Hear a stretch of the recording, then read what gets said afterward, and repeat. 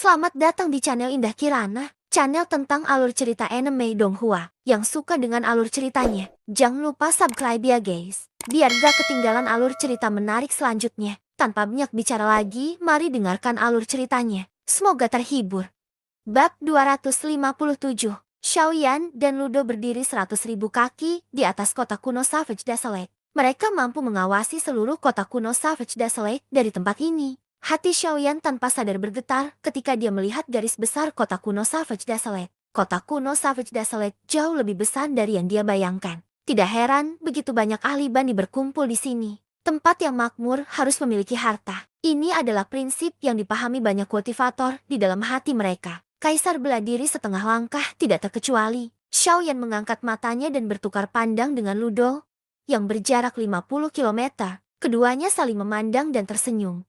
Tampak seolah-olah mereka adalah teman lama selama bertahun-tahun. Namun, semua orang tahu kebrutalan macam apa yang tersembunyi di balik senyuman itu. Dengan temperamen Ludo, begitu dia menyerang, dia pasti akan meledak dengan semua kemarahan yang dideritanya sebelumnya. Jika Xiaoyan tidak bisa menahannya, konsekuensinya tidak akan sulit dibayangkan. Dibandingkan dengan desahan orang banyak di luar, Xiaoyan memiliki ekspresi yang tenang. Sudut mulutnya selalu menampilkan senyum acuh tak acuh. Dia akan menghadapi apapun yang menghadangnya. Belum lagi, Xiaoyan saat ini sudah mampu menghadapi Martial Emperor setengah langkah bintang 7 dengan mudah. Apakah dia tidak dapat menahannya atau tidak tergantung pada siapa orang itu? Pada saat ini, suasana medan perang sangat tegang dan menekan. Ruang kosong dalam radius 10.000 kaki dari Xiaoyan dan Ludo telah sepenuhnya disegel oleh serangan gabungan Guli dan beberapa kaisar setengah bela diri tingkat tinggi lainnya. Segel itu tidak akan dilepas sebelum pertempuran antara Xiaoyan dan Ludo berakhir. Selain itu,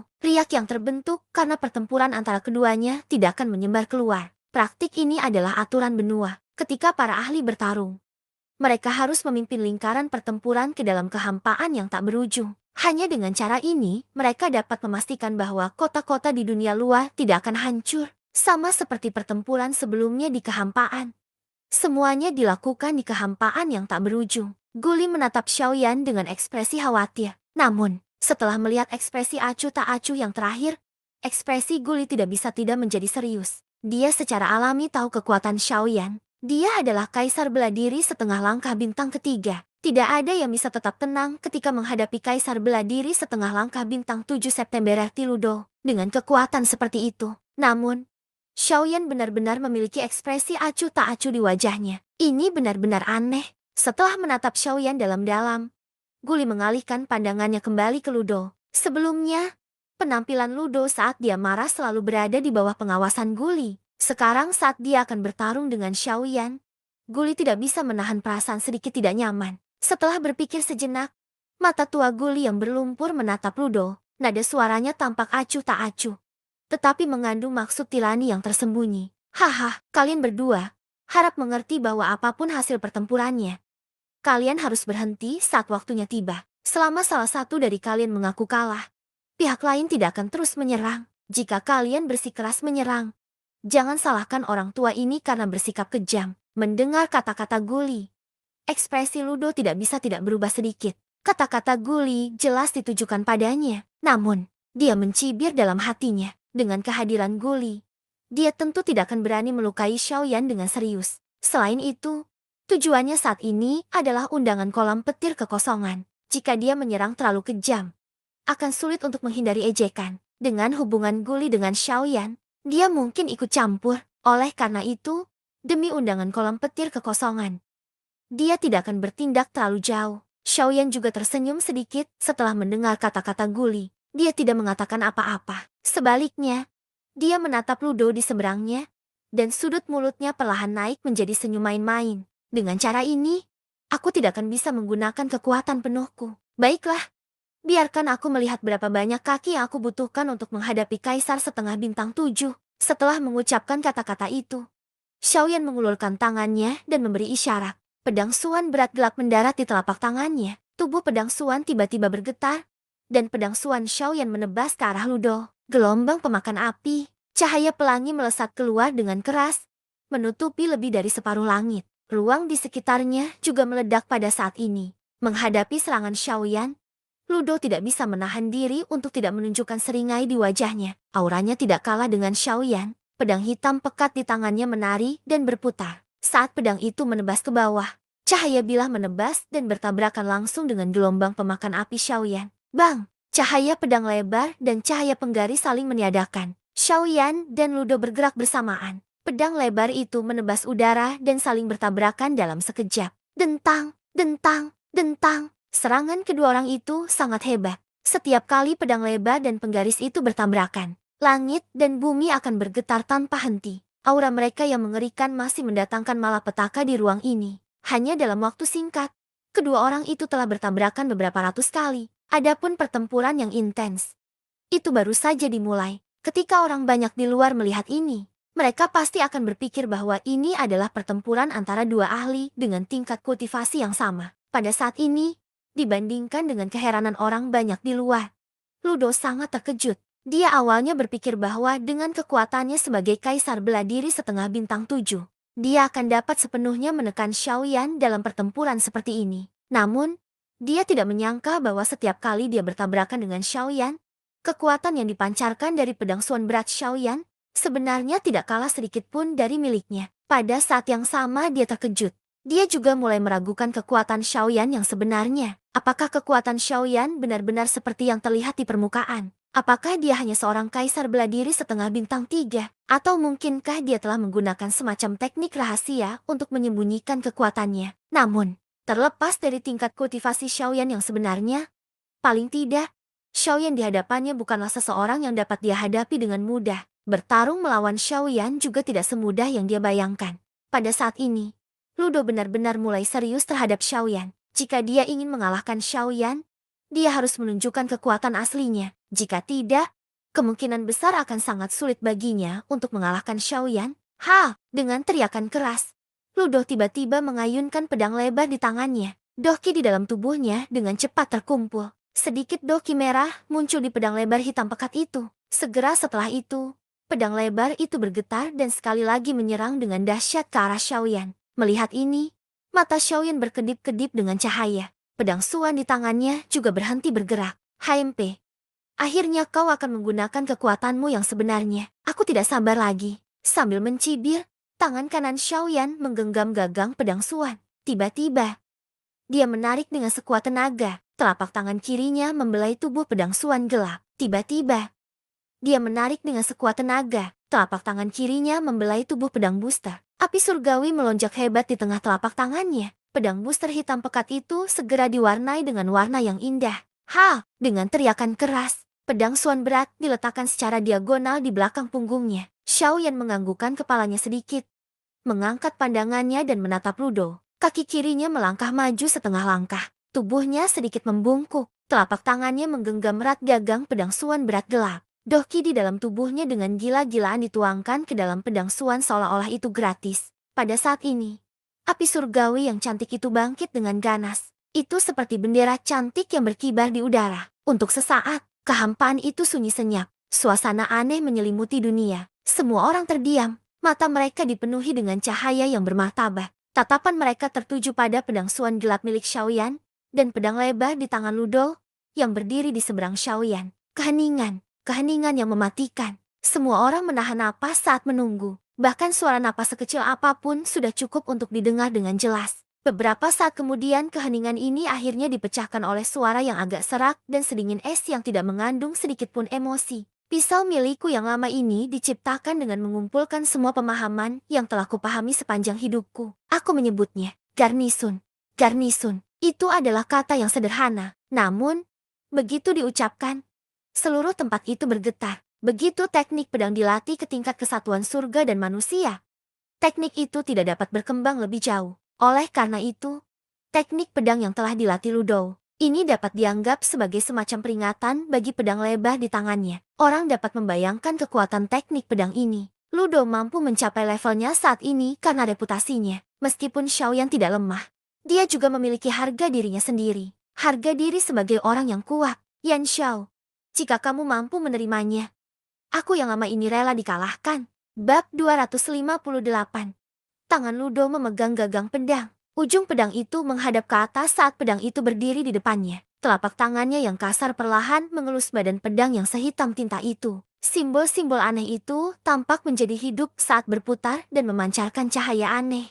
Tiba-tiba, telapak tangan Ludo tiba-tiba menyentuh pedang yang sangat tajam itu. Mengikuti kedutan otot di sudut mata Ludo, esensi darah yang terkumpul di telapak tangannya ditelan seluruhnya oleh pedang tidak manusiawi di tangannya. Segera, cahaya pada pedang itu bersinar terang. Simbol-simbol aneh itu dipenuhi dengan energi merah yang aneh pada saat ini. Aura berdarah menyebar. Gelombang kabut tebal berwarna darah menyelimuti tubuh pedang itu tanpa henti, menyembunyikan seluruh bilahnya di dalam kabut darah. Ludo, yang telah kehilangan darah esensinya. Wajah awalnya yang kemerahan langsung menjadi putih pucat. Dia tampak sangat lemah. Namun, sepasang mata tua yang teduh itu masih bersinar terang. Ketika Xiaoyan melihat ini, alisnya tanpa sadar menyatu. Jelas sekali, teknik Doludo ini, yang disebut garnisun, menimbulkan kelelahan yang sangat menakutkan pada tubuh penggunanya. Dari sudut pandang pengorbanan darah, tingkat kekejaman teknik pedang ini sudah melampaui segalanya. Namun,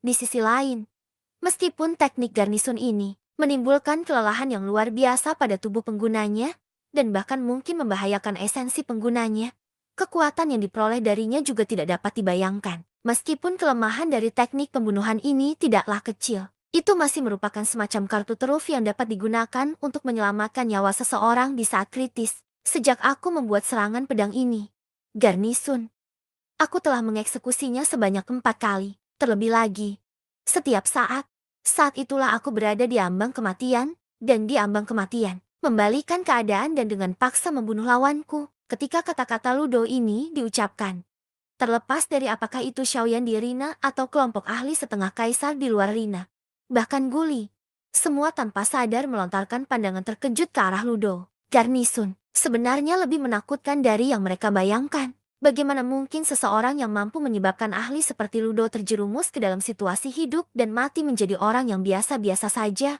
Biarpun itu hanya masalah masa lalu, masih tidak bisa menyembunyikan teror dari teknik pedang ini. Mampu membunuh ahli setengah kaisar dengan satu pedang sudah cukup untuk memungkinkan Ludo melakukan apapun yang dia inginkan di antara ahli kelas setengah kaisar. Sungguh tidak disangka dia benar-benar memiliki skill seperti itu. Terlebih lagi, dari aura aneh pedangnya, kemungkinan besar perkataannya bukan tanpa alasan. Dengan cara ini, jika mereka benar-benar bertarung, bukankah begitu? Sangat mungkin bahkan aku yang dulu akan terluka parah ketika berhadapan dengan teknik pedang ini. Yan Xiao itu, saat dia memikirkan hal ini, ekspresi Guli segera berubah secara intens bahaya. Sialan, seharusnya aku tidak melakukannya. Mengapa saya menjadi berkepala dingin? Kesenjangan antara Kaisar setengah bintang 3 dan Kaisar setengah bintang 7 sangatlah besar. Dengan kekuatan Ludo, bagaimana Xiaoyan bisa menahan teknik pedang ini? Saat ini, hati Guli dipenuhi kecemasan. Dia menyesal membiarkan Xiaoyan bertarung melawan Ludo. Jika ini terus berlanjut, maka Xiaoyan akan berada dalam bahaya kapan saja. Namun, sudah terlambat baginya untuk melakukan intervensi sekarang. Jadi, dia hanya bisa menunggu. Tunggu sampai Xiaoyan mengambil langkah pertama. Tunggu sampai Xiaoyan tidak mampu menahannya.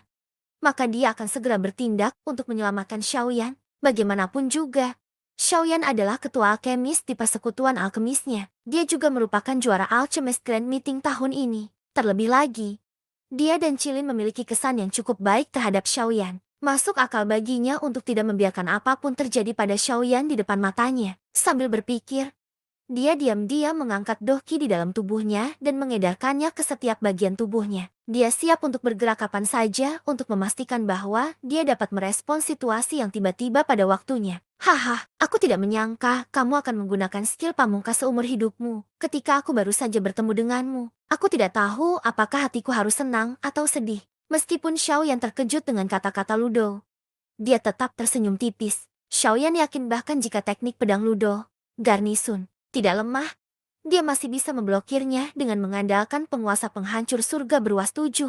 Lagi pula, ketika 7 keahlian do tingkat manusia digunakan bersama-sama dan saling melengkapi, kekuatan mereka tidak akan kalah dari serangan kekuatan penuh dari Kaisar setengah bintang 8. Kekuatan begitu dalam, tidak heran Ligan dikalahkan olehmu. Kematiannya bukan karena keberuntunganmu. Jika kamu ingin menyalahkan seseorang, kamu hanya bisa menyalahkan dia karena terlalu bodoh. Ludo membuka mulutnya sekali lagi. Kata-katanya dipenuhi dengan kekaguman pada Xiaoyan. Xiaoyan tersenyum dan tidak mengatakan apapun. Namun, tangan yang memegang penguasa Xuan berat di tangannya kembali mengencang. Doki di dalam tubuhnya mengalir ke penguasa besar itu dengan lebih liar. Bilah lebar.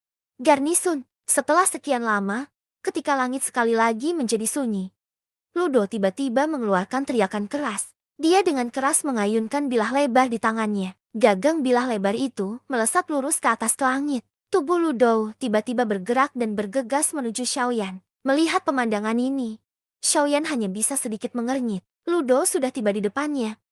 Tapi pedangnya yang lebar telah diayunkan ke langit. Ludo bergegas menuju Xiaoyan, dia tidak merespon tepat waktu.